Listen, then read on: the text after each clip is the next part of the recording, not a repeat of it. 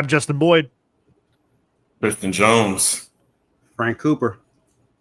And we are the Watchers in the Basement. Welcome to the Watchers in the Basement, and welcome back to Watchers Football, a podcast within a podcast.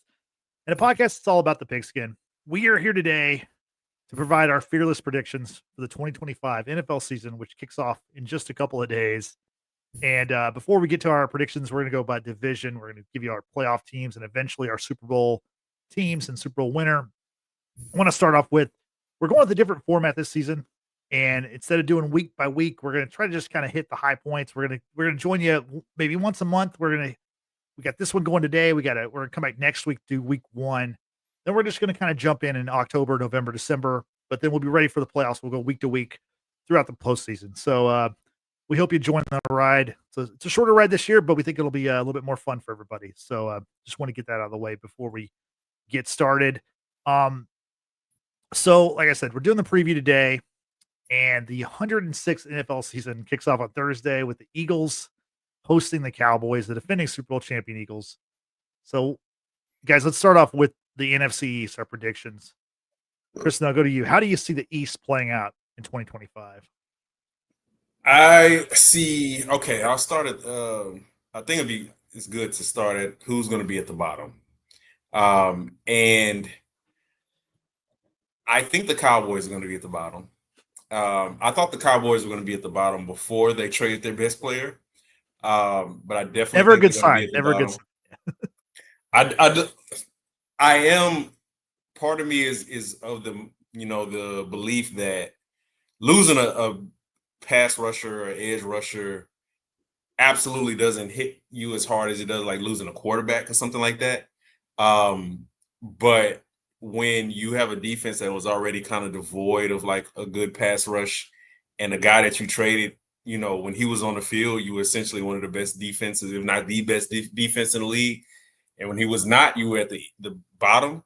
That speaks to the impact that Michael Parsons has.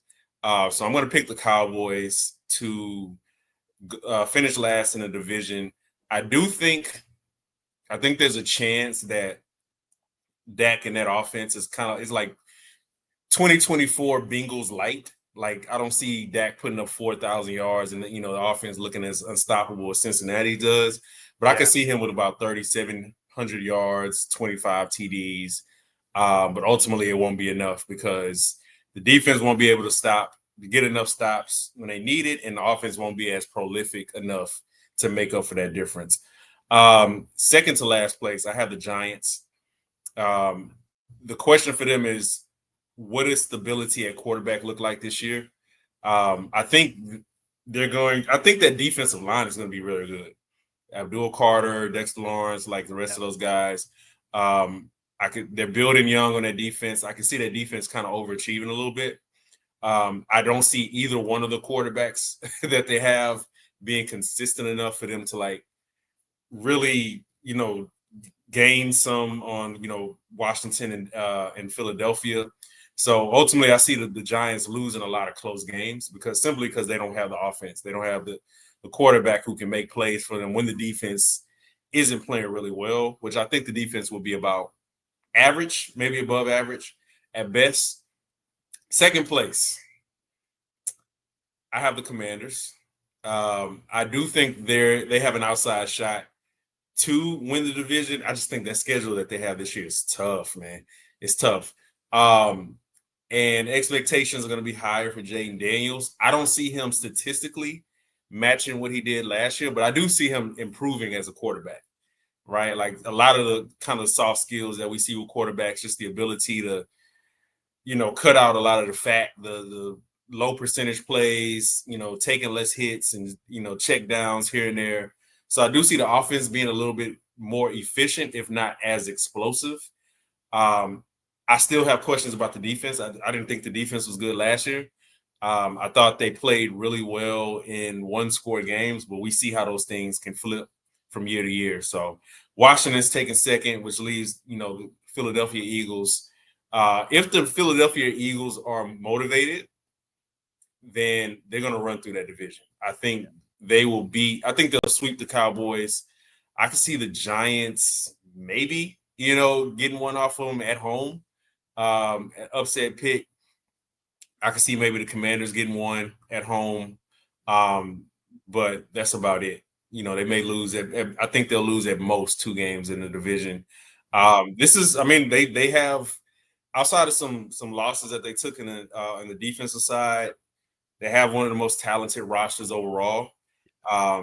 So yeah, I'm picking Philadelphia to repeat. And this will be the first repeat, right? Yeah, since 2004. The Eagles Yeah. won 4 straight from 01 to 2004, but there hasn't been a repeat winner since 2004. So remember. So yeah, I'm taking the Philly to repeat. yeah. I don't see. I think they're going to be really good. Obviously, spoiler alert: they're my Super Bowl pick again until further notice.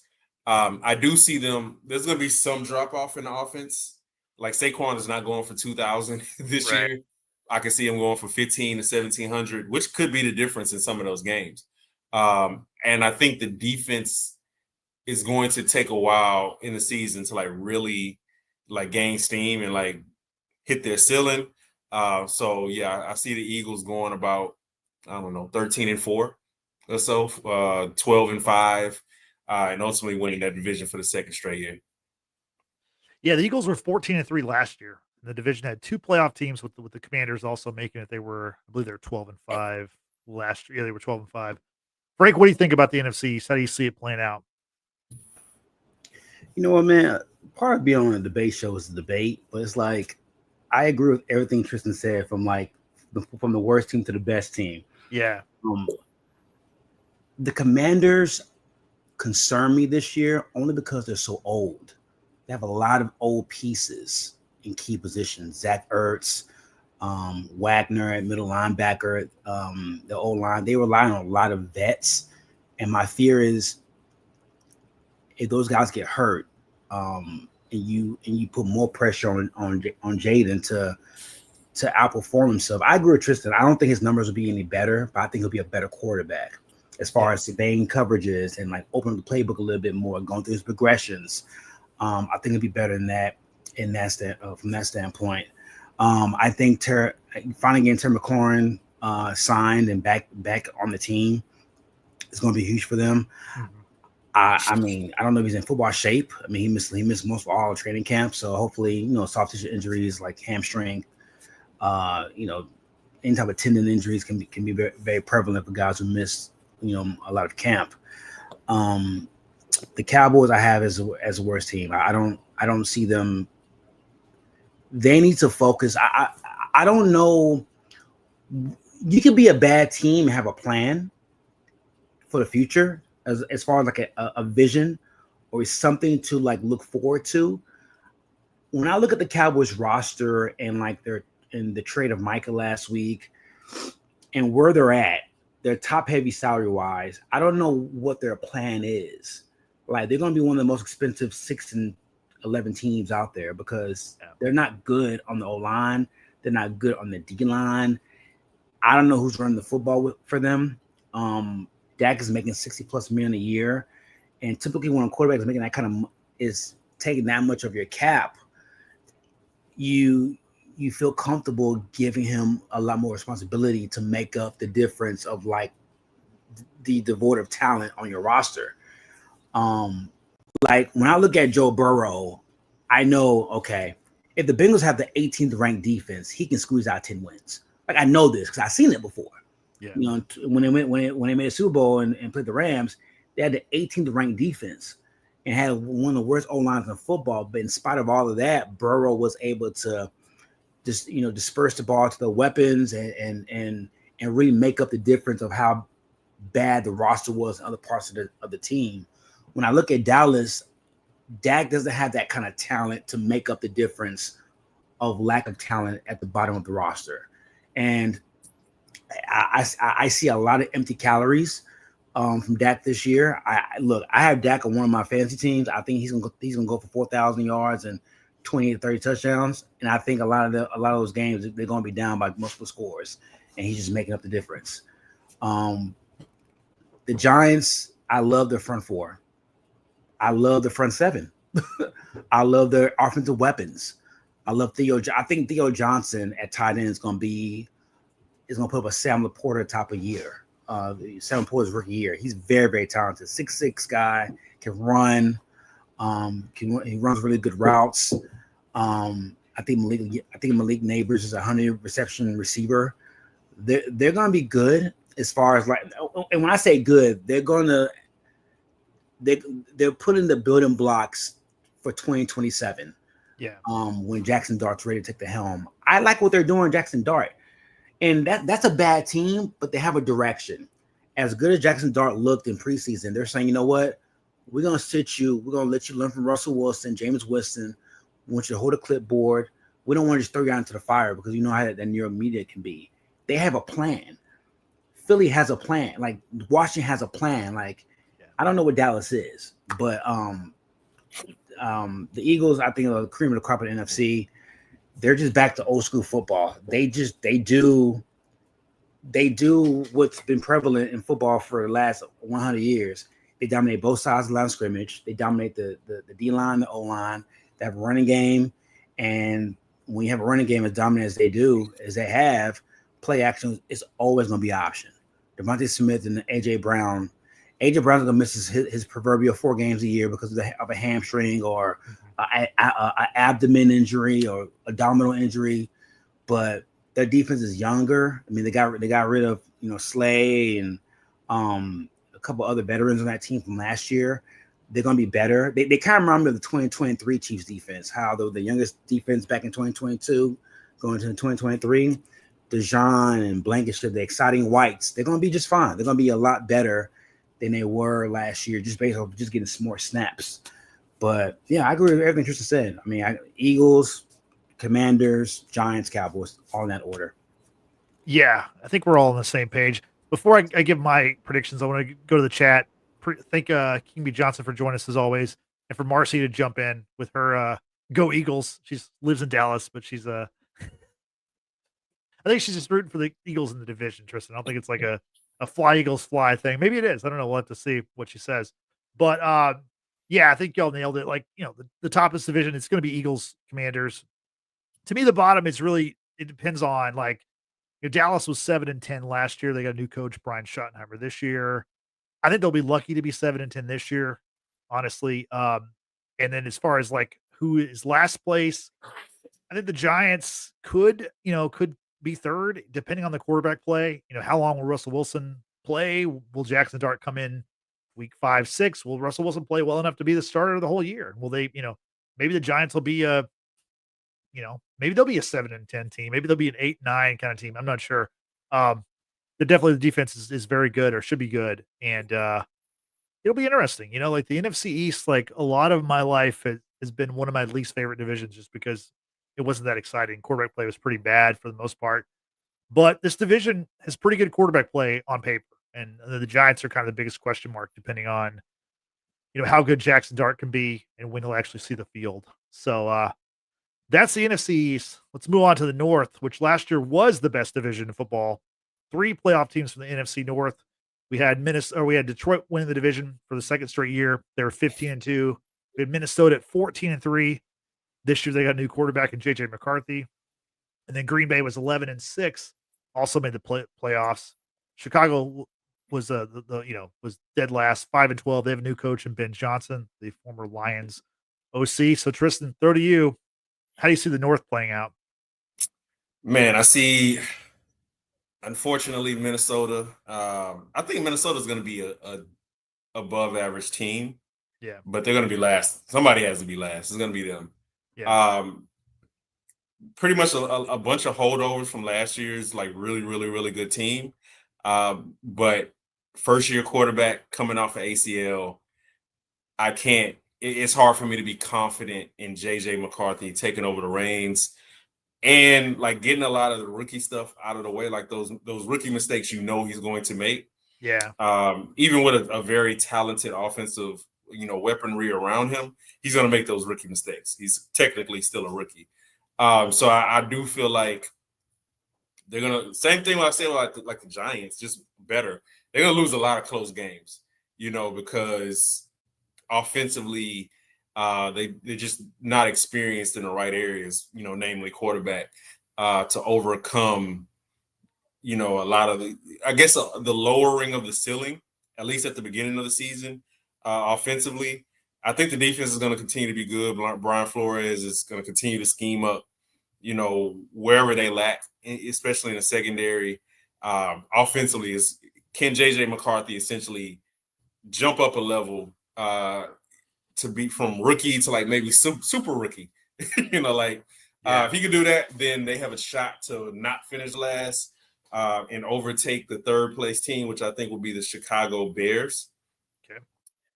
Before, 4 or 5 some days ago, I would have picked Chicago to finish second. But I think Green Bay, obviously has jumped them. I mean, they were already ahead of them, but I think making that Parsons trade kind of solidifies them in the upper half of that division. This Bears season is going to come down to Ben Johnson and Caleb Williams clicking together, looking more like the first preseason game that Caleb Williams played, where he navigated that offense. He was throwing on schedule, hitting guys, still leaving opportunities for him to make those special plays that he can make. But like, if he can just master the simple stuff, getting rid of the ball when he needs to, hitting guys in stride, not taking too many hits, taking the 3 to 4 to 5 yard pass on first down instead of trying to make something special happen. And then now a second and long and third and long. And now you just make the game a little bit easier, harder than it had to be. If he can do that and that offensive line holds up, then I think they still have a shot to finish at least second. I don't see them winning the division. I don't see a reality where they win a division this year, but they can definitely lay the foundation for 2026, 2027 to like really be major players in the North. Second place, I've gone back and forth on it. I'm picking Green Bay. I think the defense I thought the defense was good last year. It made up for a lot of the inconsistencies in the offense. The defense has improved dramatically, one can say. Getting Michael Parsons definitely helps out that young secondary that was playing really well towards the end of the year. The issue is going to come down to, can Jordan Love make that leap from occasionally spectacular, but really mistake prone at the same time, to like just being a consistent something? Like Justin Herbert, whatever you want to say about Justin Herbert, he turned the corner last year because he was a consistent something. For him, it was consistently making the right play, not turning the ball over, continually moving the ball down the field, not a lot of negative plays. And then, of course, there was still opportunities for spectacular, which he is, capable of. Same thing. I would want the same thing for Jordan Love. Like, if that means sacrificing some of like those super, super high end plays that he makes for more of those 50 to 60% type plays, I think the Packers are better off for it. Josh Jacobs still in the backfield. Like, they run the ball well. This is a team that really should be a Super Bowl contender, I would say, by like week 6, week 7. We should have a good idea of what they are as a team. First place, Detroit. I have to give it to them until proven otherwise. From everything I've seen and read about, Aiden Hutchinson is probably going to come back better than he did before, which is scary. There's a lot of brain drain.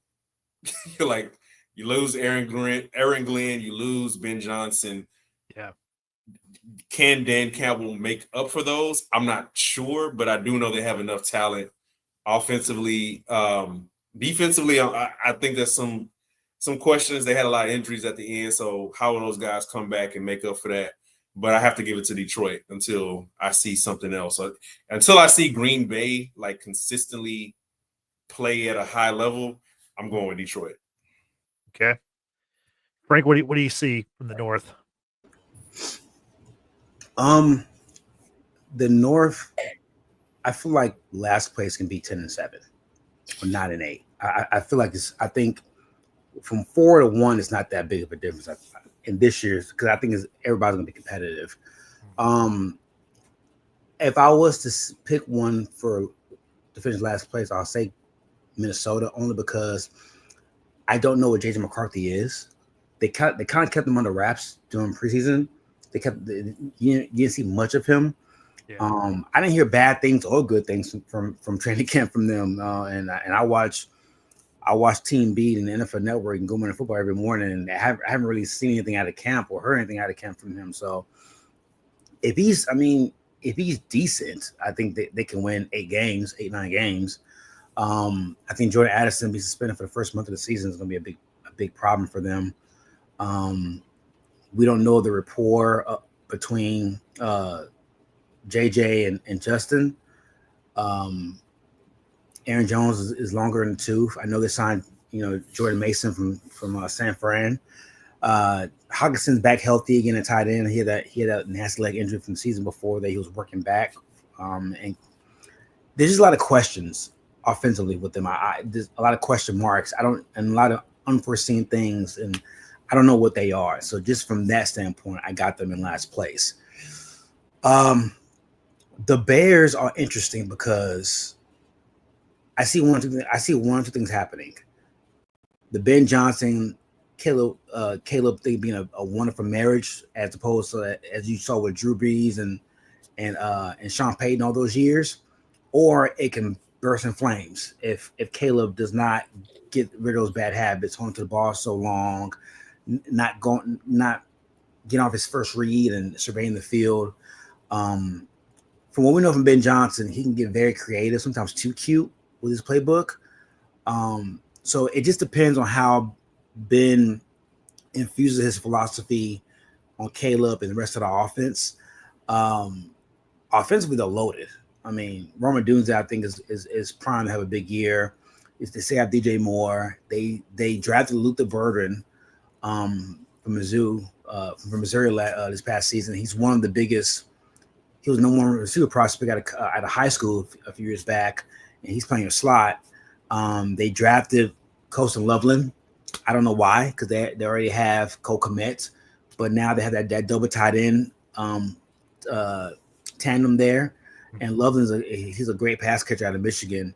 So there's a plethora of weapons that Caleb is going to be able to work with. So we'll see how the philosophy is if he embraces the Ben Johnson philosophy and Ben Johnson keeps it simple and don't put too much on his plate too soon, because he's still, this is second-year pro for Caleb, so he's still learning the ropes, and now he being on a new offense for the second straight year. So I think there'll be a little bit of hiccups, but I think I can see them being 500 as well. Second, I have Detroit, only because it's very difficult to lose coordinators on both sides of the football and still, be a threat. Yeah. I know they promoted their quarterback coach to OC, and Aaron Glenn left. And before the defense got hurt last year, all the injuries, the defense was rolling. Hutchinson was on his way to having a defensive player top of the year. He's come back from a broken leg,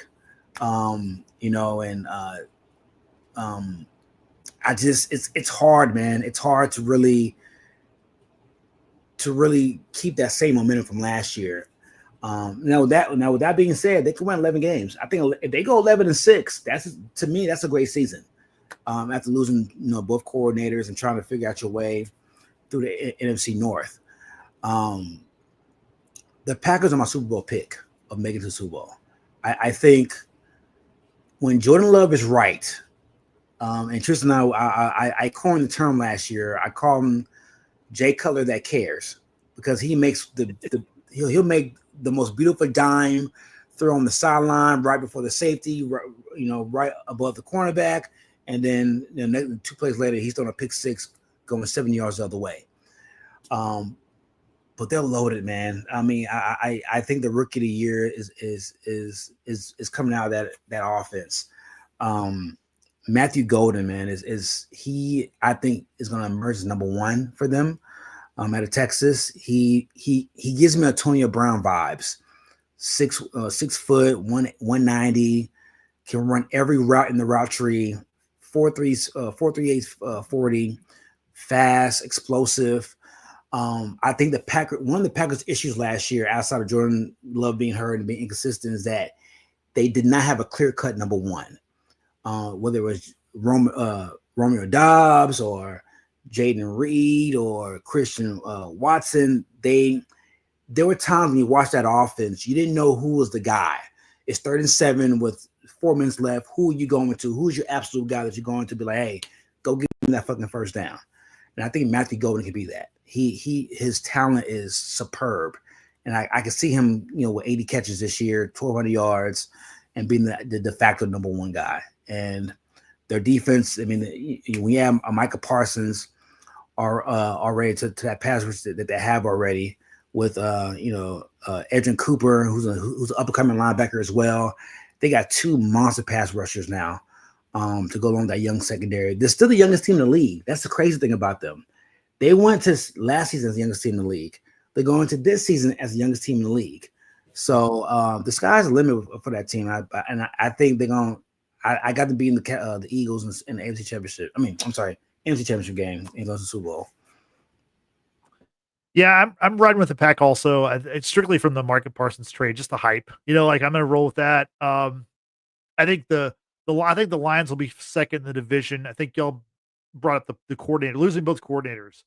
And I think when back in the day, like when the 49ers or the Cowboys lost their coordinators back in the 90s or whatever, it was usually because they just won the Super Bowl, right?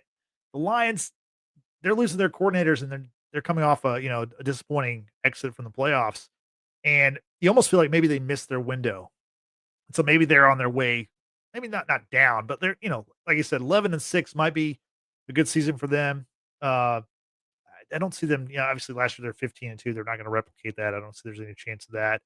My number 3 is the Vikings. I just, last year again, they were 14-3. I don't know about McCarthy. Like, I think that 9 wins might be the max for this team. Depending on the quarterback play, they could be much worse depending on what happens under center. And then I got the Bears still in last, but I think they will be a better team. They're going to be like an 8-9, kind of a fun team, a team that this year you could argue before the Hail Mary loss to the Commanders, they were kind of a fun team to watch. They were obviously they're very up and down, but that game seemingly just kind of killed their season. And did they win after that? I think they maybe won one more time after that Hail Mary loss. So tough way for them to finish the season. But again, new coach and Ben Johnson. We'll see how it goes with Caleb Williams. I'm really interested. Again, this was the best division in football last year. I don't think it'll be quite as good, but it's still going to be super competitive, very close. And looking forward to seeing how it all plays out. So from the north to the south, Tristan, what do you think about the NFC South? We got Tampa Bay. They've won 4 straight division titles. Atlanta was 8-9. Carolina was 5-12. New Orleans was also 5-12. They have a new coach in Kellen Moore and a new quarterback in Spencer Rattler for now. What do you think about the South? This will be quick. The Saints might be the worst team in football. Yep. They're in contention. They are the favorites, I will say, to be the worst team in football. Yeah. I thought there were a couple games where Spencer Rattler looked like an NFL quarterback. And the rest of them, he looked like he had no place. So the fact that I still believe he was their best option to start this year, but that says more about the nature of the roster, the cap situation, which looks like Afghanistan, like bombed out and depleted, man. So yeah, the Saints will finish last in this division by far, and they will probably win no more than 3 games at the most, I would say. In second to last place, I just forgot who was all in that division. Wow. Carolina, Atlanta, Carolina Yeah. Panthers. Carolina Panthers. If you're a frequent listener and watcher of this podcast, you would know that I have a certain belief in Bryce Young. He showed me something in that last half last year. I think Bryce Young will have a better year. I just don't think they have enough weapons, especially after they lose Adam Thielen, or after they essentially traded him away. They don't have enough, but I do think Bryce is good enough to make that offense close to average. I think they can maintain just average efficiency as an offense. Then I think that's an improvement over last year, where first half, they looked out of sort. Andy Dalton had to come in and play some, and that's never a good sign when Andy Dalton has to come in for you. But again, the last half, Bryce Young really took control of that offense, really strung together a bunch of really good games. Took the champs, to essentially the last few seconds. So I'm a big believer, not a big believer, but I'm a solid believer in Bryce Young, and I expect him to continue his trajectory going up. That'll be a successful season. If he just continues to improve, then I think the Panthers are good. I have the Falcons second place. Young quarterback, young running back, young tight end. But as far as running back, I think they have one of the best, RBs in the league. I think Penix, I don't know what to expect from him this year. I expect some up and downs in first year fully starting, but I expect to know more about who he is close to halfway through the season. But I have the Falcons at number 2 and winning the division for the 5th straight time. I have the Tampa Bay Bucks, which they should. If they do not win this division, that is a disappointment. I think they have the best quarterback by far. I think Baker Mayfield is in that tier 2 of quarterbacks in the NFL, where he'll at least get you to the playoffs and he'll most likely win you a playoff game. And they just have a veteran squad that, you just believe in. Guys know their roles, there's some chemistry there. So I have Tampa Bay for the 5th straight year taking the South. Good call. Frank, how do you see the South? I have exactly how Tristan has it. I mean, the Saints are bad. The Vegas over under is 5 wins. I think that's 2 wins too much. They're still paying Drew Brees. That just shows you how bad their cap situation is. Drew Brees has been gone for 5 years now, I think, and he's eligible for the Hall of Fame this year. That's how, and he's still being paid by the good old folks of New Orleans. I watched my nerdy ass watched the Tyler Schlo and Shuck. Tyler Shuck, man, come on. Is it Shuck? Right. Yeah, Shuck. Goodness. Yeah, Tyler Shuck.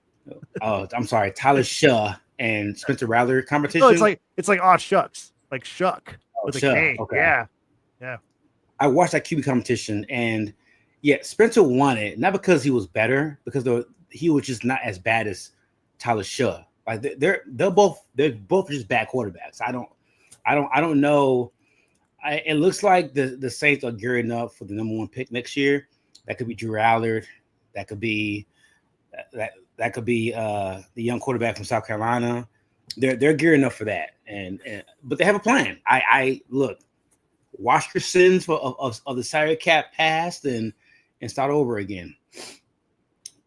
Carolina's a conundrum for me because when you look at Bryce Young, he has the talent, the arm talent as a top 5 quarterback. Going to last year, I think just mental issues going on, some off the field stuff that he was dealing with, and when he got the job back from the Red Rifle, Andy Dalton, he looked just as par as a top 15 quarterback. He looked good. The offense was flowing. He was moving the ball. Leggett didn't have the rookie year that you thought he would have. They drafted McMillan from Arizona, so now you have him with Xavier Leggett. They should be able to move the ball this year. Now with Leggett in the second year of the offense. Chuba Hubbard is a guy that he was 1,000-yard back-to-back years. People don't know that. He's a good back at Oklahoma State. So they have pieces. Defensively, you might be looking at one of the worst defenses in football. They have so many holes defensively. They're so young. It might be one of those Bryce Young try to outgun the opposition because the defense has so many holes. They use this year's draft class to upgrade the offense. Next year they have to do the defense. I think Canales is a good coach. I think he's a good young coach. I'm glad that they kept him on. The ownership is shaky, but I really think the bridge to improvement is keeping your quarterback coach tandem together. So knowing that Bryce is going to have continuity going into this season, I think is going to help a lot for his development. Last year, if y'all remember, I told y'all my two favorite young quarterbacks last year were Michael Penix and Jaden Daniels. I had Jaden Daniels as Rookie of the Year, and I had Washington Commanders making the playoffs. I have Atlanta making the playoffs. I have Atlanta as a wild card team. I think Atlanta is really good. I think Penix is going to make those throws that Cousins couldn't make last year due to his lower extremity injuries. Penix is one of the best pure passers over the last 4 or 5 years in college. And now he has Drake London, Darnell Mooney in the slot. If he can ever unlock Kyle Pitts, you have a three-headed monster in your offense along with Bijan Robinson, Bijan Robinson reminds me of he's a LaDainian Tomlinson clone. And now that Arthur Smith is gone, one thing that pissed me off about Atlanta the last couple of years is that Arthur Smith kept on splitting carries between Bijan Robinson and his backup. You saw last year by midseason, Bijan Robinson was the absolute number one depth chart back, and he finished second in the league in rushing the last 10 weeks of the season. So Atlanta's dangerous. And I think with Penix, now my only concern with Atlanta is the left tackle got hurt the last preseason game before the season started, and Michael Penix is left-handed. So I'm concerned about that. But if the back left tackle can hold it up, this offense might be a top 5 offense. And Tampa for me is Tampa. I mean, Baker Mayfield. He threw 4,000 yards and 30 touchdowns last year. He might not replicate that, but they're going to be good. They drafted Ibuka from Ohio State to alongside Michael Evans. They're going to be a problem offensively. They're going to put up a lot of points. Defensively, they have some issues as well. But if it's a shootout, Tampa can win any game in the shootout. They have the weapons. They expect Jalen McMillan hurt his neck. He'll be back sometime early on in the season. Chris Godwin will be back as well. But they have a lot of weapons too. So, I agree with everything Tristan said as far as the hierarchy of the NFC South. Yeah, we're 3 for 3 for the South. I have the same teams also. Honestly, the less said about this division, the better. If I can see fewer of these games, if possible, that wouldn't hurt my feelings either, because this is not one of my favorite divisions to watch by any stretch. I think you're right about the Saints. I think they will be the worst team in the league. I might have a surprise, really bad team also later on when we talk about the other conference. But moving on, let's wrap up the NFC. Let's go to the NFC West. Last year, the Rams won the division at 10-7. They actually, record-wise, they tied with Seattle, but the Rams got the nod, made the playoffs. You had Arizona at 8-9. San Francisco was 6-11. They had kind of the season from hell where they kind of fell apart after going to the Super Bowl the previous year. Tristan, what do you see out of the NFC West for 2025?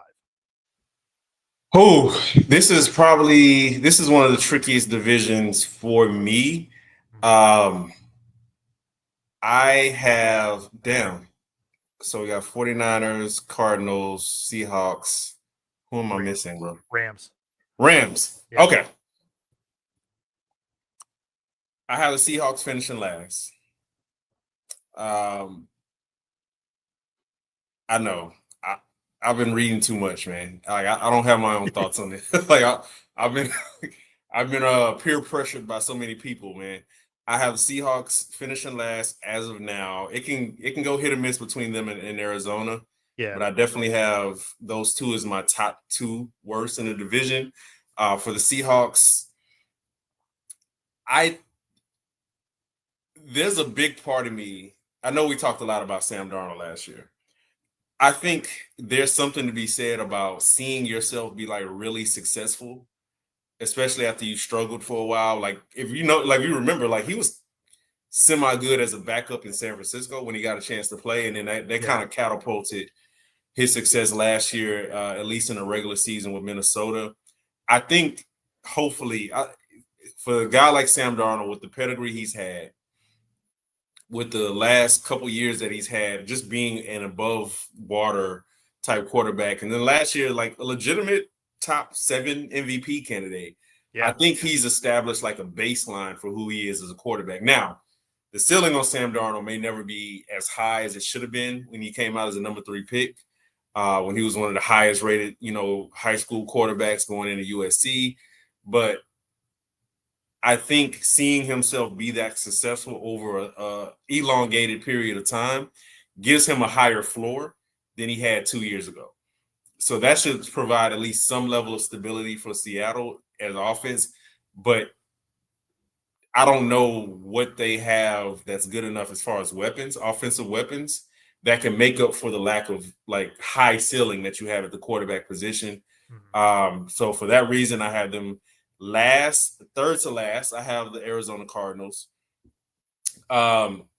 There's signs there that they should be a much improved team.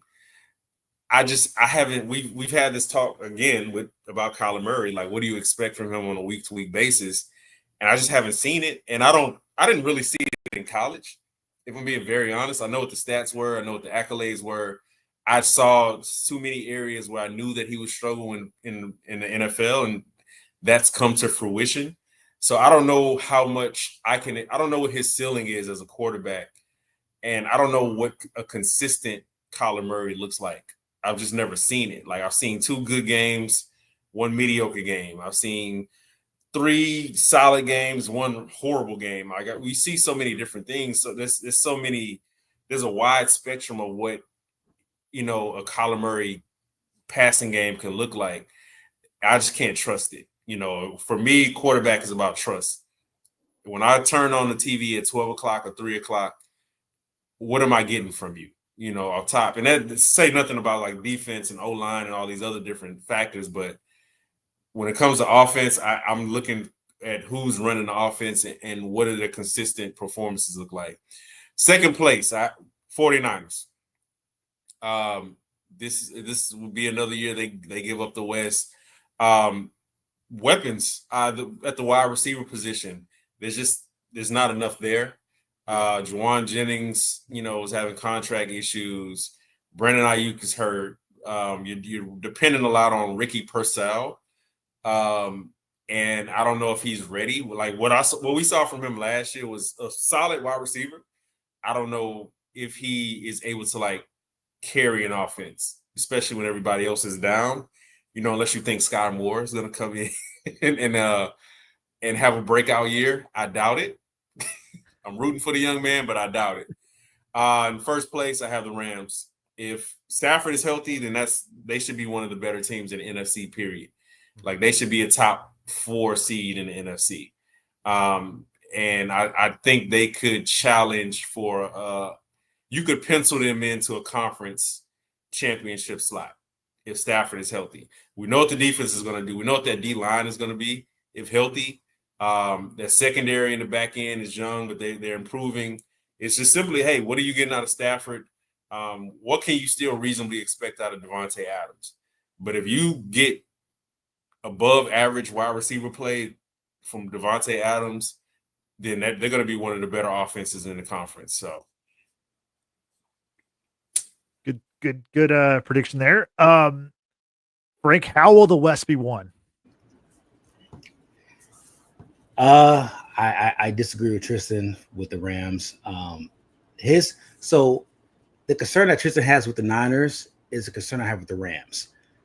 Matthew Stafford didn't go back-to-back days throwing the football in training camp. He had to take off days because of his back. He's 36 years old. He's one free shot from an outside linebacker or cornerback blitz from going to Jimmy Garoppolo. That's how close they are from going to Jimmy Garoppolo. It's one free shot away. And I don't know if y'all watched Receiver on Netflix a couple years ago. Devontae Adams was about to have a conniption as Jimmy Garoppolo as his quarterback because all the high throws put him in. and risk of getting injured. The Rams concern me, man, and they concern me because Stafford had issues staying healthy last year. He kind of tailspinned. His numbers weren't that good towards the last month of the season going to the playoffs. Now, they would drive away from time that game against the Eagles and go into overtime, but they didn't do anything in the offseason to settle the backup quarterback situation. I thought Shador would have been a great pick for them to develop behind Matthew Stafford, but because Matthew Stafford is prone of taking big hits, he's a guy that has no problem standing in the pocket and hanging on to that last possible second to get the pass off on a 15-yard dig route for a first down. But the fragility of his back really scares me, and for that, I got him third in the division, only because he's such a relative unknown, and I just don't see him staying upright for 16 weeks. Because if they go Jimmy Garoppolo, the season's over with. It's just over. Like you're not going to be a playoff team if Jimmy Garoppolo has to play a month with Matthew Stafford out. I have the Niners 1 in the division, not because of their weapons. They have a last place schedule. Just to give you some highlights. This is who they play. Just some highlights of who they play. They play the Saints. They play the Jags. The Cardinals twice. They play the Giants. They play the Panthers, the Browns, the Titans, the Colts, the Bears. I see 10 wins easily off those teams I just named. That could be a 12-win team because of that last place schedule. So, and McCaffrey, from all reports, he's healthy. He's fresh. He didn't play most of last year. So if he's the engine of that offense again, and he can keep the offense upright until Ayuk and Jennings get back, I think Jennings came back to practice this week, so he's playing this Sunday. Kittle's still there, so I think that's a 12-win team, just off that schedule. The Seahawks, I have second. I think their defense is so good. They're so good. McDonald, who was a DC in Baltimore a couple years ago, with Deontay Witherspoon and that young front seven, they have so much talent, and they're only gonna get better. It's the third youngest defense in football, and they were a top 10 defense last year. And I think I can see them being a top 5 defense. The only thing that concerns me about Seattle is not even Darnold; it's more so their running game. If their starting running back can stay healthy, then that could be an 11-win team, a 10-win team. I think they're gonna. I mean, they have a great O-line, great young O-line. If they incorporate play action, they got Cooper Kupp as the number 2 receiver behind Jackson Smith-Njigba. Jackson Smith, I think, is gonna have a big year. He went towards that. He was a top 5 receiver the last 8 weeks of the season last year, as far as yak yardage and catches. He's going to be the fact number 1. Metcalf is gone. They have a young tight end, Elijah Arroyo, who's a budding star, I think, in the wings. Darnold has weapons, man, and I think with that defense, that's going to be a team to worry about. And then last, I have the Kyler Murrays. That's what I have last. I don't respect Kyler Murray. I don't respect their defense. I don't respect Gannon as a head coach. Gannon might be the OC for Alabama next year. That's how much I see with the Cardinals. But yeah, that's my take. Yeah, we all got a little bit different take on the West. I do see San Fran bouncing back. You brought up the last place schedule. I was going to talk about that also. They're going to get to 10 or 11 wins. You got to think with the talent they have. Receiver is an issue potentially, but I do think they'll be good enough to win the division. I think the Rams will be second, although the Jimmy Garoppolo thing is a real thing. Like, also begs the question: how do we have like is Jimmy Garoppolo one of the 60 something best quarterbacks in the world? How is he the backup? Like, that's something I don't understand. It's pretty privileged, man. I think when you're pretty, man, you get certain assurances that a lot of people don't get. Yeah. I mean, We watch these college kids on the weekends. You're telling me there's not like 10 of those kids from last season in college football who couldn't maybe play as well or better than Jimmy Garoppolo? I don't believe it. Like I don't. I'm going to say no. Quarterback play that I saw this weekend renewed my faith in NFL quarterbacks. It wasn't good. Outside of Bryce Underwood, like I didn't see much great out of the quarterbacks on these Saturdays, man. We watch it for the excitement, not for the precision. No, that's true. But I mean, Jimmy Garoppolo, like, it's been a while since he was with the Niners, and there's a reason why Brock Purdy took his job, and so I just don't see how he can be a backup. If he's like a third string guy for the teams that carry three guys, okay, but he should not be a backup at this point in his career. Got Seattle at number 3. They've got Sam Darnold. They got Cooper Kupp. Some new faces, different places. We'll see how it goes. I mean, they're good. If they could potentially win the division, it's this division, like Tristan said, it's kind of a toss up. There's a lot of varying in how this could go. I have the Cardinals last, but I think it's going to be a tight division. I think all teams are going to be in that 7 to 10 win range, kind of like what happened last year. So that wraps up the NFC West. Before we go to the AFC, let's go over our playoff teams, our 7 playoff teams. Tristan, I'll let you go first. Just kick off your playoff teams. Philly, Washington, Tampa Bay, Atlanta, Rams. I mean, is that 5? Yeah. 2 more.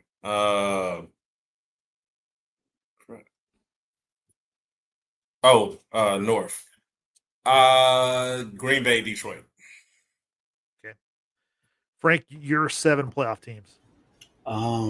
Atlanta, Tampa, Philly, Washington,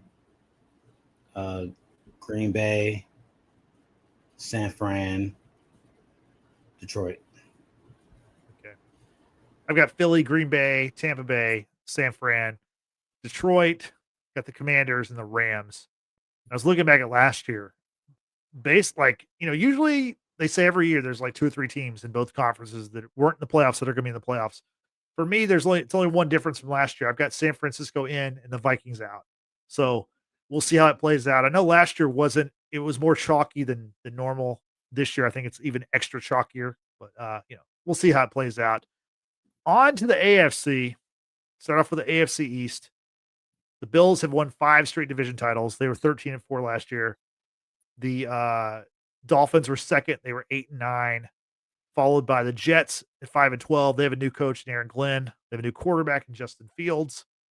And then New England finished last at 4-13. They also have a new coach, Mike Vrabel. Tristan, your thoughts on the NFC or the AFC East? I have I'll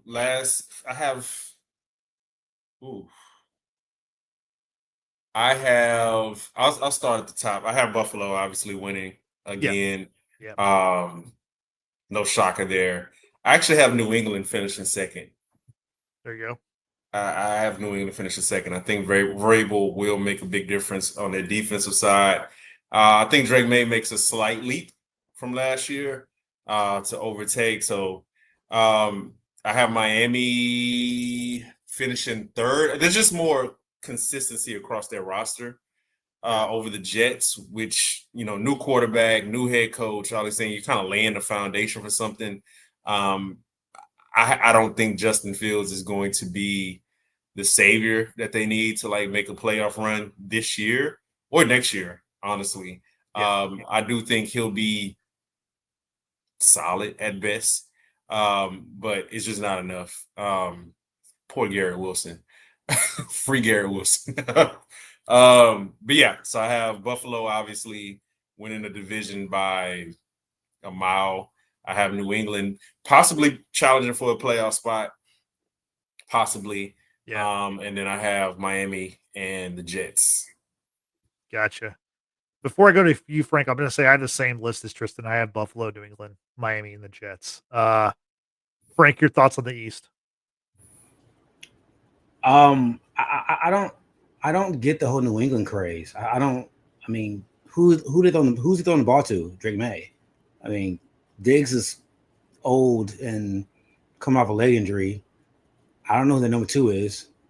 Now they drafted Travion Henderson, the running back out of Ohio State. I mean, I think he's going to be a good back for them, and they have Ramondre Stevenson. But what evidence do we see that New England's going to make this jump? I don't. A lot of tight end targets, my brother. That's a lot of tight end targets. I mean, I see them making a jump in that I see them finishing second in what is not a fun division. I don't think they're going to be the playoff team. I'll go ahead and spoil that. I think they're just going to be the second best team in this division. Yeah. I mean, I have Miami still number 2 only because of like Tua, the receiving core there, Jonnu Smith. Well, no, they have Waller now actually. But they still have Tyreek and old buddy. Devon A-Chain.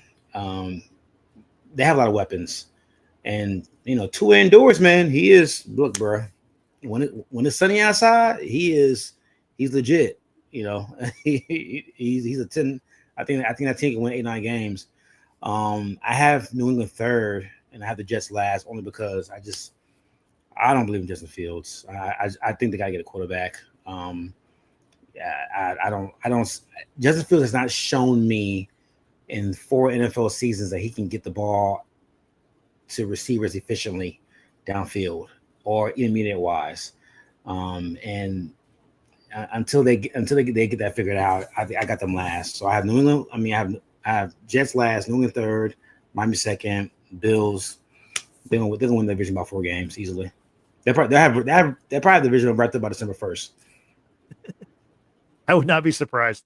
Last thing I'll say about the East is I don't think Tyreek Hill will finish the season with the Miami Dolphins. I'll just put it like that. Maybe he'll finish it with the team that y'all like to watch. Never know. We'll see what happens. Maybe they won't need him. Maybe they won't need him. But you never know. You never know. You know what's funny? It came out and said that he's not a captain this year. Yeah, I heard that. Yeah. That was interesting. Yeah. So moving on from the East to the North, last year Baltimore won their second straight division title at 12-5. Cincinnati was 9-8. Pittsburgh 10-7. Yeah, I did it back. Sorry, Pittsburgh 10-7. Cincinnati 9-8, and Cleveland was 3-14. Pittsburgh has a new quarterback, Aaron Rodgers. Cleveland has a new quarterback who's an old quarterback, just like Aaron Rodgers, but their new quarterback is Joe Flacco, who was their quarterback 2 years ago when they made the playoffs. Tristan, break down the North for us. What do you see? Let me break down the AL West real quick because Framber just gave up a grand slam, so I'm going to turn that game off. Let's go, Grisham. Let's go. No, good sorry. God. Anywho, I have Baltimore winning this division again. Best roster. I think they have the best player and quarterback. They should have the best defense again. This is a put up and shut up year for Baltimore. At a certain point, you can't keep telling me you have the best roster. You have all these all pros, all these guys on the top 100. You have MVP, who's one of the top 3 greatest regular season players of all time. You got to get it done. So this year, I'm putting it all on Baltimore. Not just win the division, get to the Super Bowl, at least get to the championship game. Yeah. Play your best game in the playoffs for the first time in Lamar's career. So I have Baltimore. This is where it gets tricky. Obviously, Cleveland's going to be last. I don't even think we have to discuss them. Yeah. I have the Bengals. I'm not sure about this. I have the Bengals as of today. I think the offense is going to be good. I don't think it's going to be as good as last year. I simply don't think it's going to be as good as last year. But I don't even think the defense can be as bad as it was last year if they tried. I think they could get up to 20th. And And I think that's enough to get them second place. I'm not sure I have them making the playoffs with that. I do think they'll lose some close games they shouldn't. I think that because the defense has a very, very, very low floor, they're going to lose to at least two really bad teams that they should not lose to, a la last year. So I have the Bengals second tentatively, and then I have Pittsburgh. I can't trust Aaron Rodgers, and I think that defense is going to have a drop off. And I don't think the offense will ever be as good. We talk about like the Steelers and their lack of like a franchise quarterback since Big Ben effectively retired, 10 years ago, which was probably 5 years before he actually retired. But I think we asked this question last year. Who do you trust to run that offense? Like, who do you trust to like be a quarterback's coach? Who do you trust as an OC? They haven't had a ton of like guys that inspire confidence there. So because of that, I can't trust the offense enough. And I don't think the defense will be dominant again to carry that weight. So Baltimore, Cincy, tentatively, Pittsburgh, and Cleveland, of course, taking their rightful place in last place. I have the same list, but I do have thoughts about this division. Frank, how do you see the North? I think Joe Burrow is in for MVP this year. I think now I ain't said they're gonna win or be a top team, but I think he's gonna put up astronomical numbers this year. I compare the AFC quarterbacks, the top tier quarterbacks. So Josh Allen, Burrow, Lamar Jackson. I compared this to the Jordan era of the early 90s. I think when we look back 20 years later, when we look back to this time, I think we'll be a lot more forgiving of Lamar Jackson, Josh Allen, and Joe Burrow, because the last AFC quarterback to make it to the Super Bowl was Joe Burrow in 2020. That was 5 years ago. 2021. So 4 years ago, going to the fifth season. Kansas City's not going anywhere. So, and Jalen Hurts has been to two Super Bowls since 1-1. Stafford's been to a Super Bowl 1-1. Would it be crazy to say the next 5 years that neither Josh Allen, Burrow, or Lamar Jackson win a Super Bowl? I don't think so.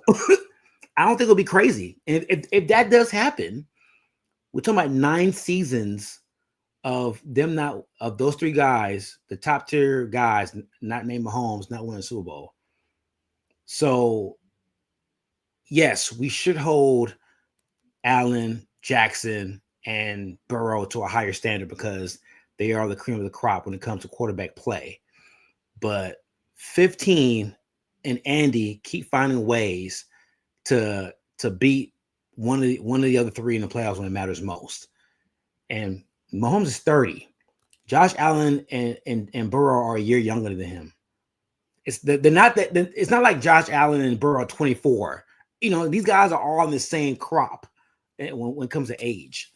Yeah. So I don't know, man. I think when you look at the clutch gene of Mahomes, man, and how the Chiefs are ran, whether it's playing in Baltimore, playing in Buffalo, I wouldn't be surprised if those three guys go winless.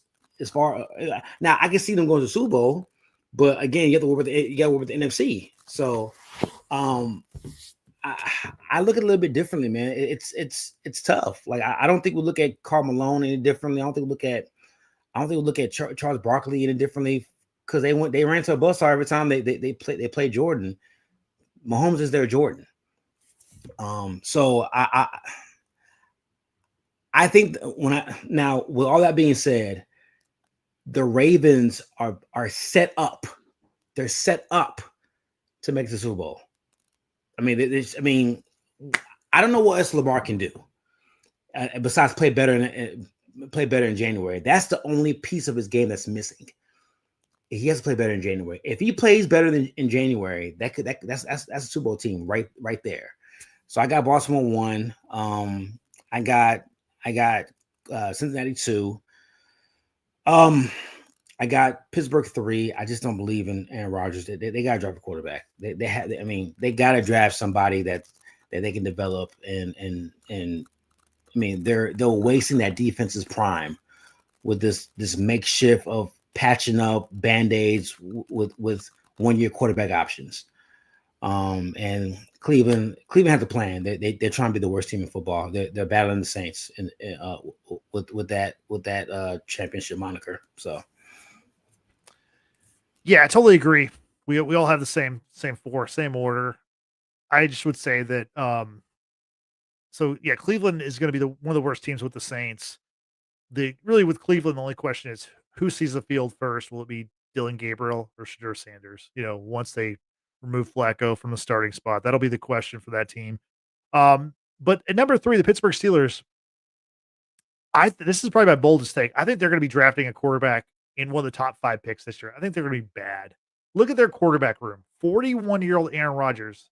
His backup is Mason Rudolph. Again, going back to the Jimmy Garoppolo conversation. How in the world is Mason Rudolph one of the 64 best quarterbacks in the world? He's not. Like, I just don't understand. Nobody, and I mean nobody, can remember a Starbucks order like Mason Rudolph.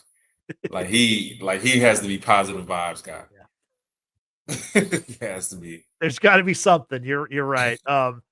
I think that even with Mike Tomlin's incredible run of never finishing under 500 and all the infrastructure they have in Pittsburgh, I think this year they're going to go down. I think it's going to be a tough year. I think this is how Aaron Rodgers, he has to completely flame out. He's going to burn the house down with him, and this will be it.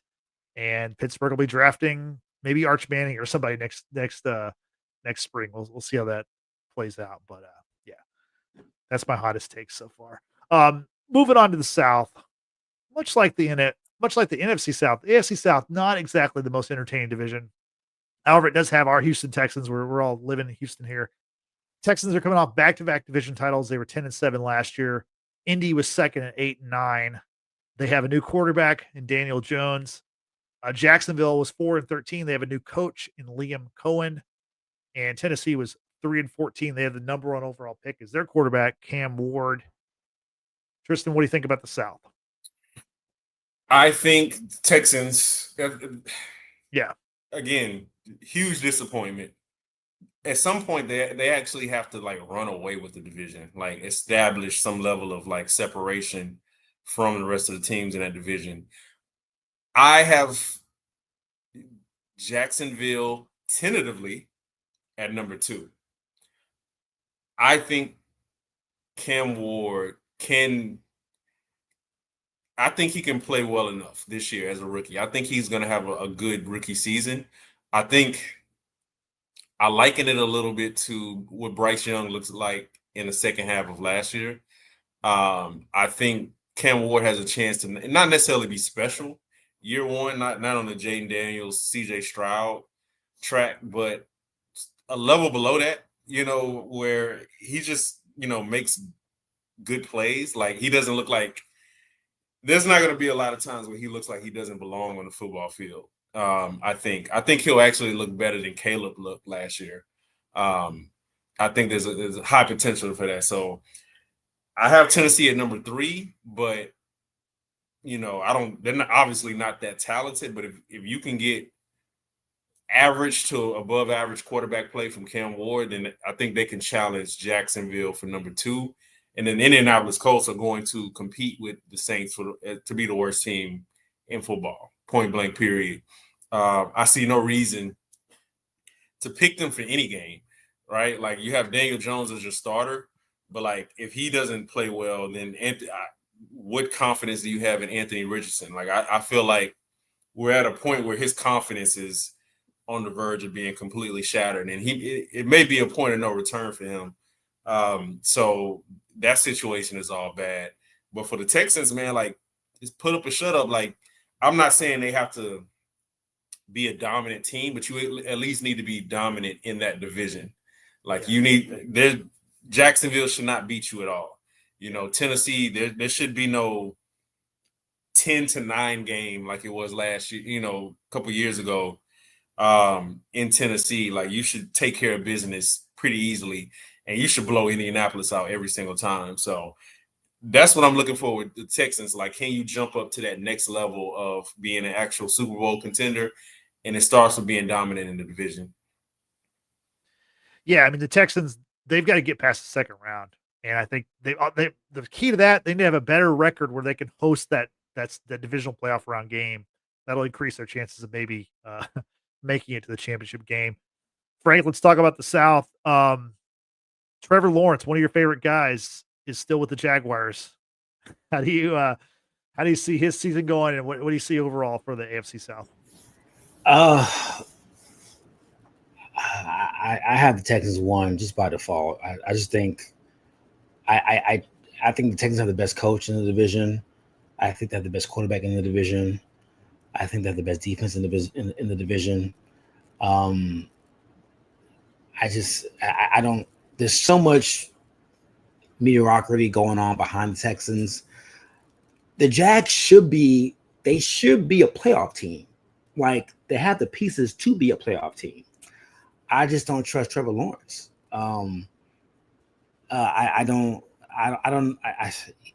He gives a lot of Jeff George vibes. I think he's going to cock tease you with his talent for the remainder of his career, and he's going to be one of those guys where you may get a game every blue moon. He throws for 472% completion percentage, and he'll give you a game winning drive, and then he'll go 11 of 25 and lose to the Titans, 145 yards and 2 picks. That's just who he is. Like, I don't think he's an elite quarterback.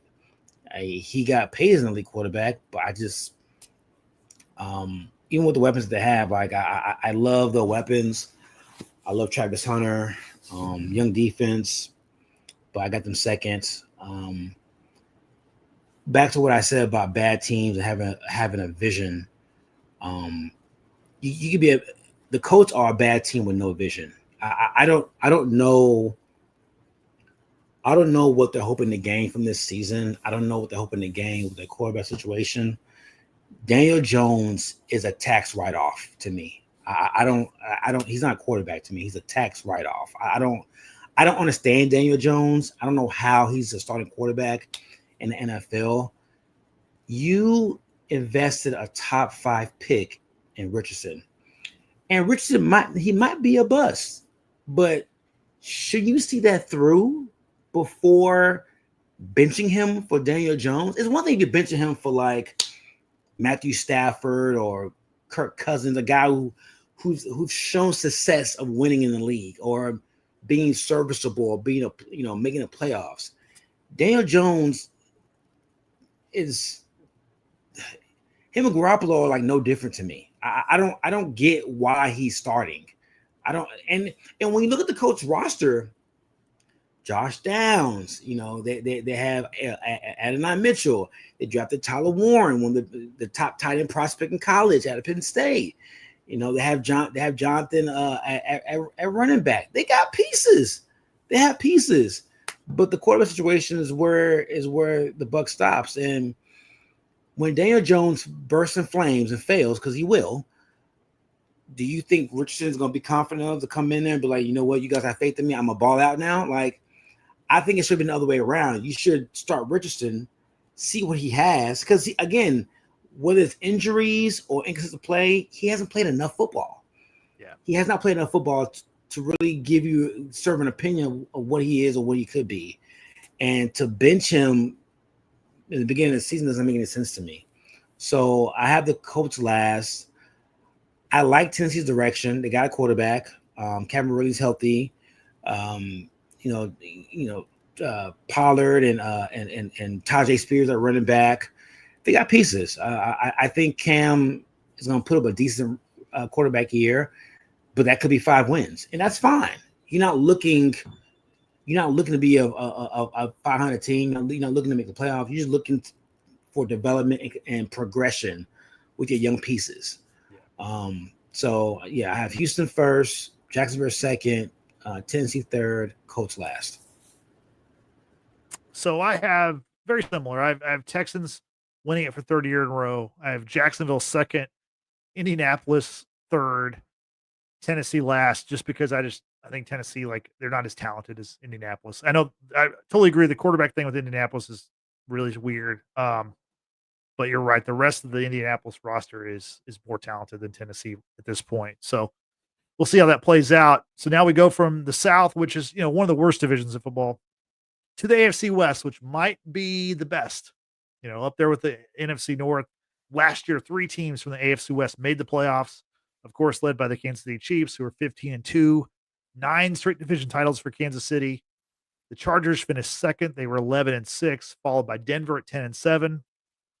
Las Vegas, the Raiders were 4-13. They have a new coach who's the oldest coach in the NFL, Pete Carroll.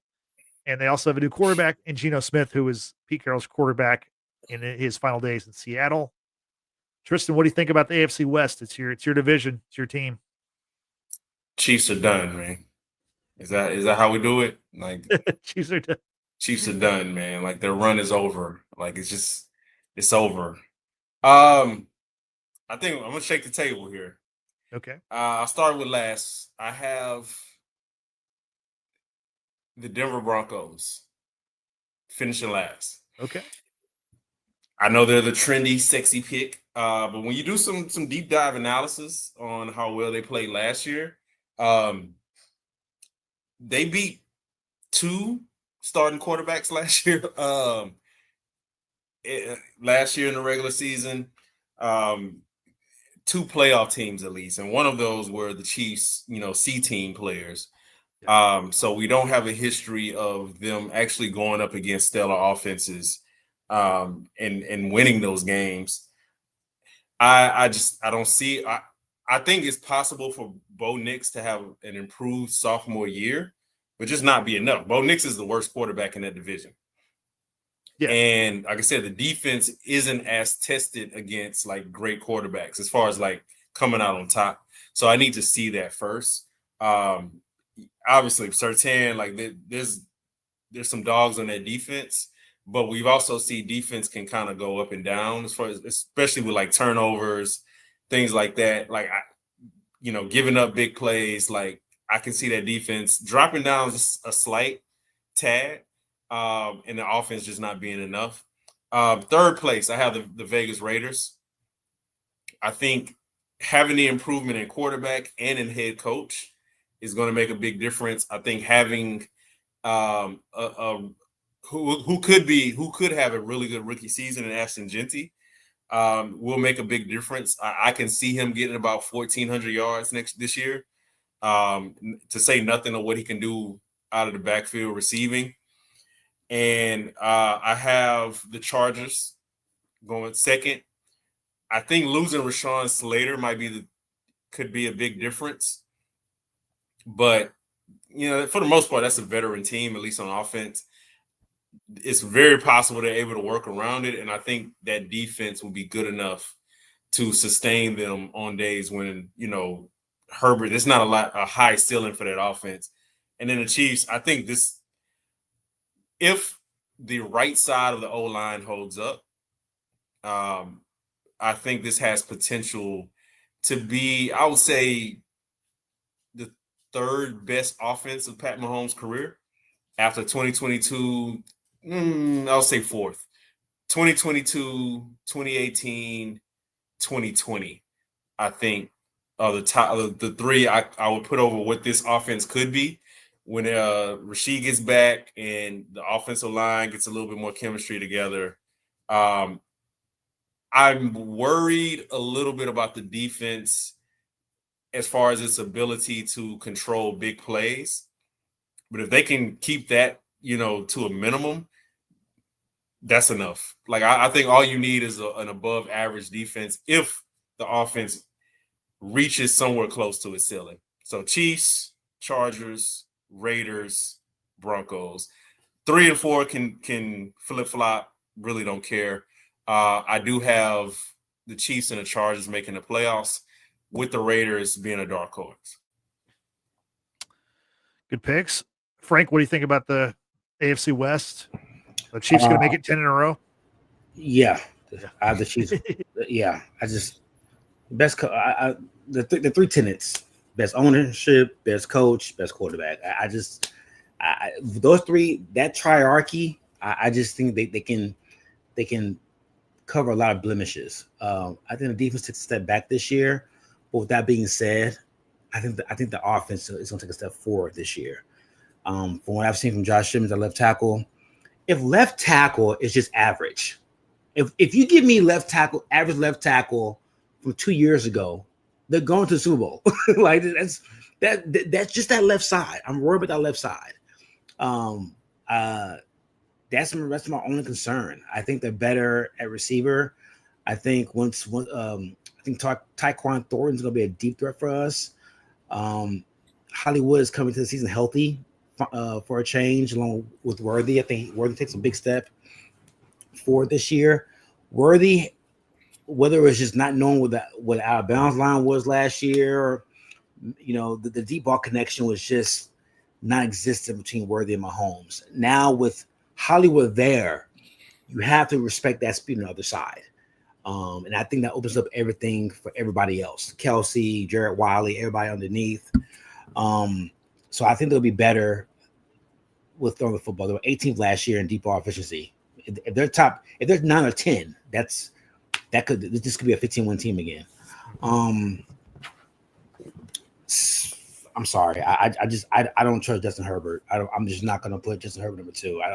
He has to do more to me than have flowing, beautiful golden locks and throw a pretty deep ball. You have to do more than me, bro. You have to do more. I would rather have Bo Nix right now. I love Bo Nix. He's a gamer. I trust the Bo Nix, Sean Payton connection. I think he's going to be a lot better this year. I think a young quarterback going to year 2 of the same offense.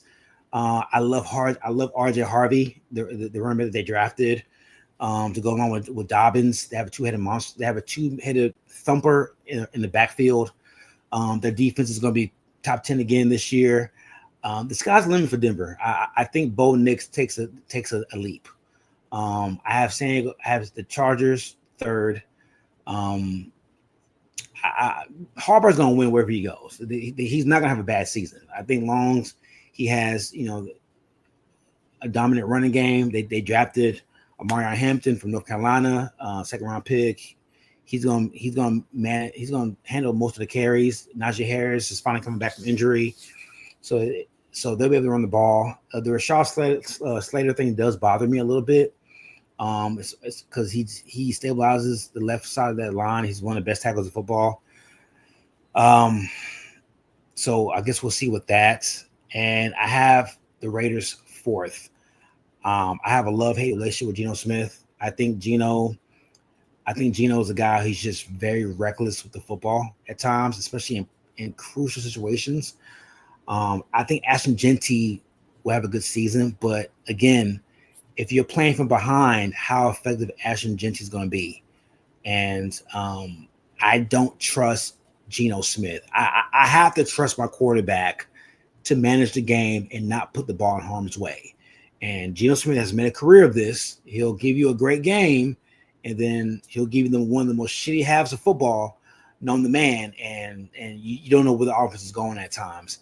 They lost a lot of pieces on defense. The D tackle that they signed from Miami, he's off the team because he kissed him on the forehead. I don't know, but they don't have a pass rush anymore. So I have the Raiders last. So I have the Chiefs, Broncos, Chargers, Raiders. Yeah, so I've got the Chiefs winning it again. I don't think they're going to be 15-2 again. Of course, last year, I mean, really, they probably were 16-1. They didn't even try in the final game, as Tristan mentioned. I think the Chiefs will come a little bit closer back to the pack. I think they're probably more like a 12, 13-win team. I still think they're going to win the division. I got the Chargers 2nd again.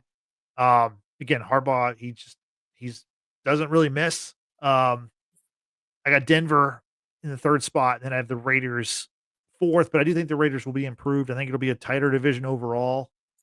I've got 3 playoff teams from this division, just like last year. I guess that's a good transition to get everybody's playoff teams for the AFC, the 7 teams. Tristan, who do you have represent the AFC in the playoffs? Chiefs, Chargers, Ravens, Texans. Yep. That's 4. Yep. Raiders, Bills, obviously. Yep. And I'm missing one more. Maybe the Bengals. Maybe you said the Ravens, right? Yeah. I said Ravens. Yeah. I'm gonna go with the Raiders. I think you said the Raiders twice. So okay, let's start over. Out of the West, I have Chiefs Yep. and Chiefs Chargers. Yep. Making it. Okay, that's 2. I Okay. have Ravens and I don't know about the Bengals. I have the Texans. That's 4. Yep. Northwest Bills. Mm-hmm. And I'm gonna go Raiders and Bengals, I guess. I feel like I'm goofing somewhere. Hey, you're mixing it up. That's probably good. Frank, your 7 playoff teams from the AFC. Ravens, Chiefs, Broncos, Bengals, Texans, Chargers, and one more.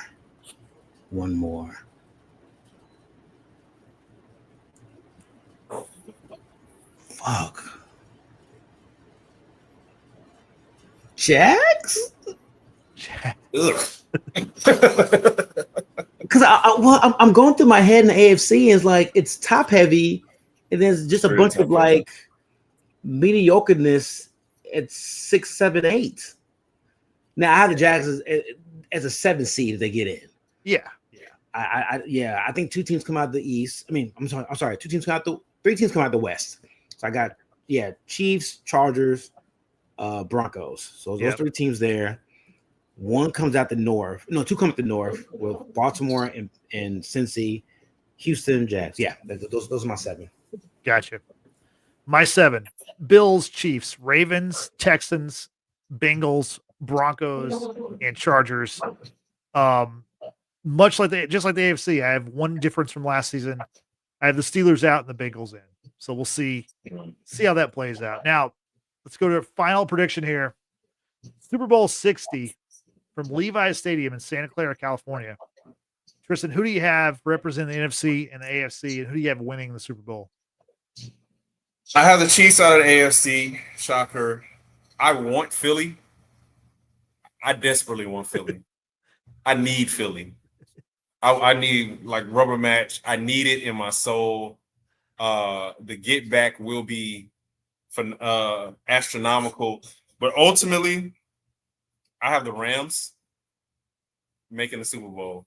Okay. Either Rams, Packers, Rams, Eagles, but I have the Rams making the Super Bowl. So Rams, Chiefs, Patrick Mahomes, 4th Super Bowl MVP. I also have Patrick Mahomes as MVP. This is not a homer pick. This is the best player in football is out for revenge. And I'm always going to bet on that. So Chiefs, Rams. Okay. Interesting pick. Frank, your Super Bowl pick. Who you got?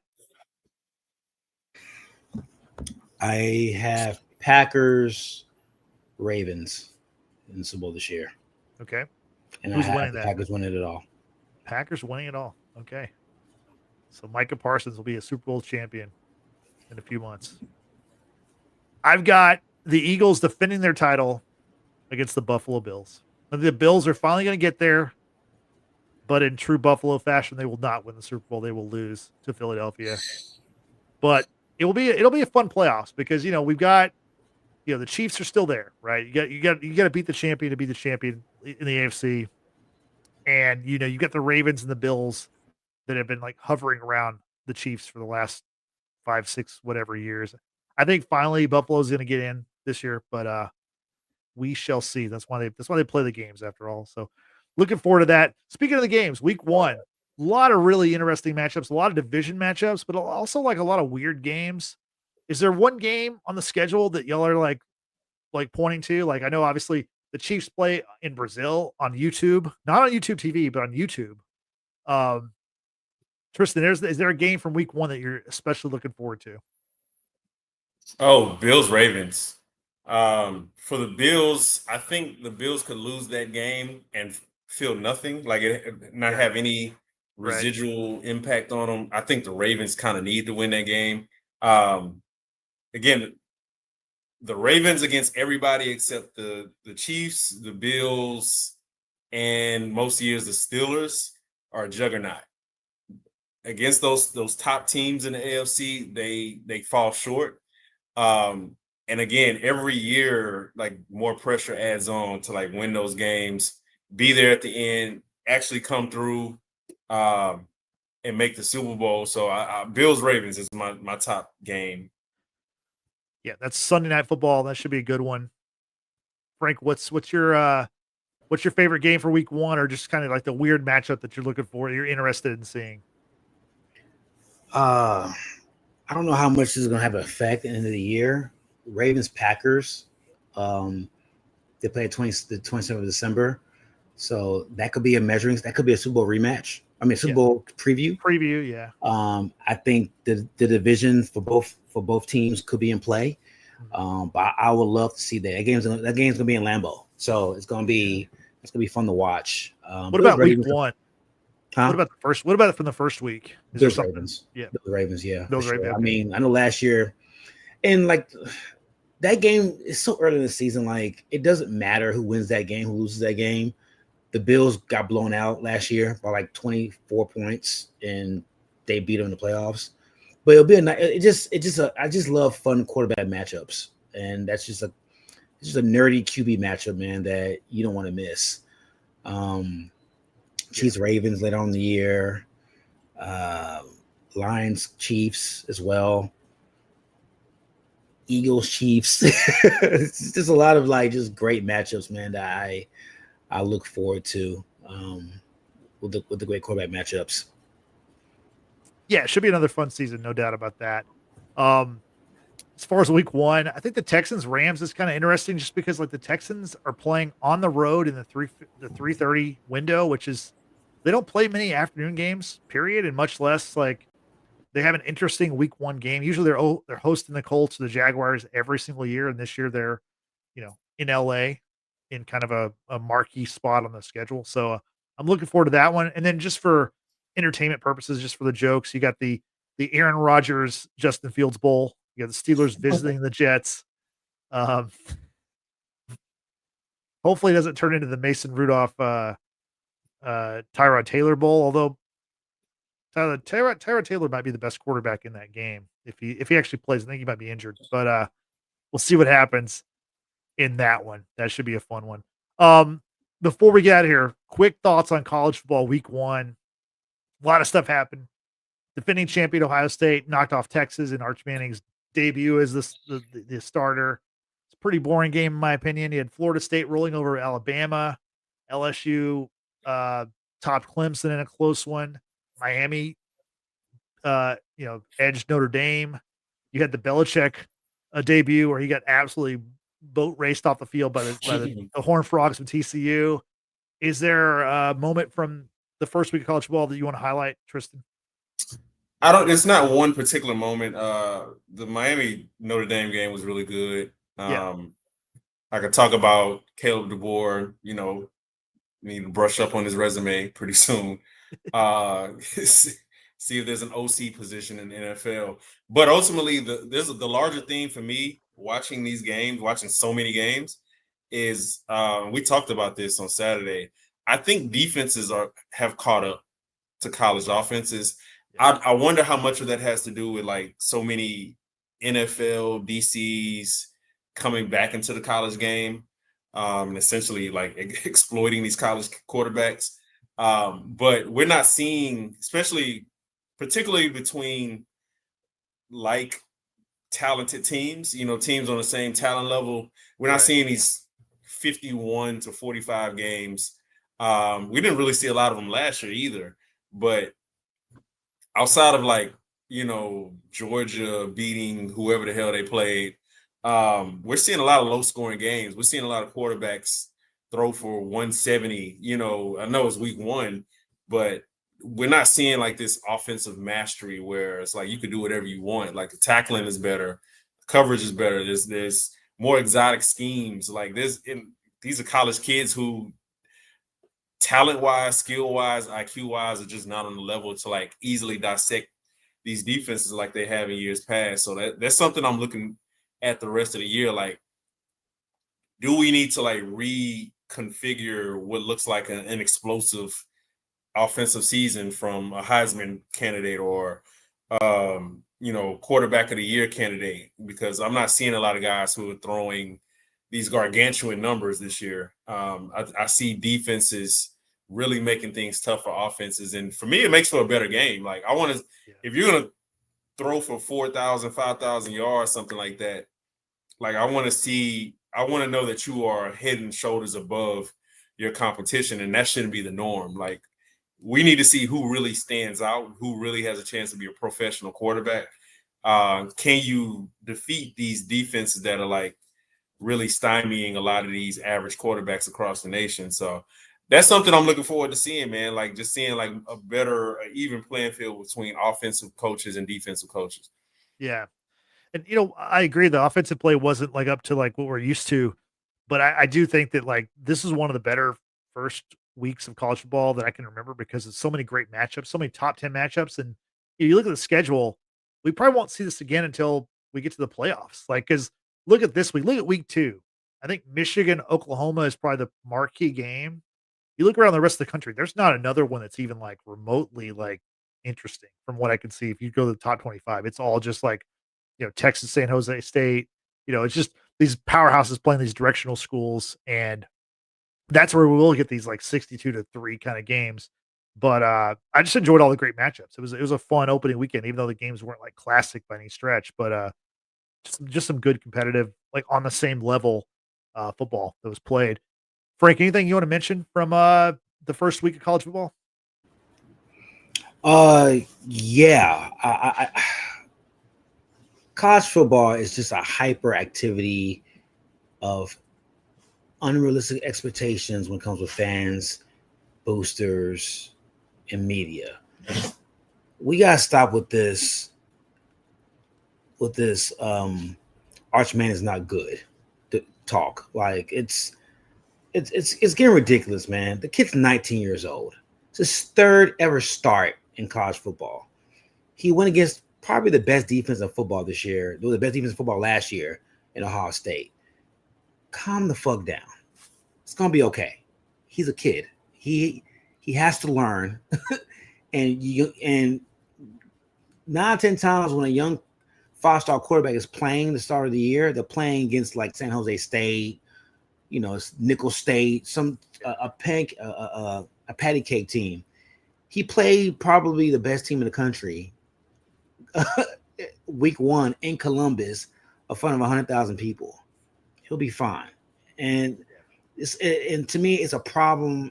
It's a bigger problem of like unfair expectations put on players in college. The quarterback play, like the draft scouts and prognosticators, everybody's saying, oh, Drew Allard and Lenore Sellers and Arch Manning, all these quarterbacks, but these guys are young. These guys are unproven. Like they're raw. All those prospects are raw. Like Klubnik might be the most polished prospect at Clemson. The rest of them are raw as fuck. And I think it becomes we and I've been a victim of this too. We too often we don these guys as the greatest ever or like the best, and like and it's unfair to these kids. And I think with NIL and like in the player movement that we see in college football, it's just expediting more pressure on these guys to be successful right at the bat. Now, when Texas goes and beats San Jose State by 38 this Saturday, it's going to go the opposite way. Oh, well, they right the ship and all this kind of stuff, and we got to stop that. I was very impressed with some quarterbacks this weekend. Remember this name, Jaron Sumlatule for Cal. He was an 8th ranked pocket passer coming into college, and I don't know how Cal got him, but the kid's gonna be great. He's really, really good. Like now, does he stay at Cal? I don't know. Cal is not really into NIL. I mean, they're tier 1 school when it comes to academics, so we'll see if he stays. But he showed a lot last week. I watched the game till midnight. He has a bright future. Lenore Sellers played okay. I'm kind of scared of his projections because they're saying he's a top 5 pick, and he has a lot to work on as far as his mechanics, accuracy, anticipation when it comes to throwing the ball. Drew Allard, same thing, just very raw. This quarterback class is very raw. A lot of talent, but very, very raw. And one thing I watched too is just the parity of college football. Like, you're not going to see the SEC just dominate like they did years prior. Yeah. You know, and you saw a lot of like unranked teams win. Miami looked like, they look like a top 10 team this week. Now they can go and lose Florida State or lose whoever, and then everybody's going to talk about their average team again. The parity is going to be very prevalent this season. Don't be surprised if you see a SMU like team get in there and go on a run in the college football playoff, because all these teams are young. Like Ohio State lost 14 starters, Texas lost 11 starters. Like it's so much room for somebody or a team to catch fire come mid-season, and it's all about seeding. Like the right seeding in the top 12 of the playoff can get you to a championship. So I'm really interested to see like what team gets fired, what team has the continuity to see things through and become a player come December. Yeah, a lot of things that we'll have to wait and see on that. Tristan, any final thoughts before we get out of here? Nah, man. Excited for week 2, man. Well, week 1 and week 2. So yeah, more football. Should be a good year. Frank, any final thoughts? Nah, man. Let's get it. Yep. Football's back.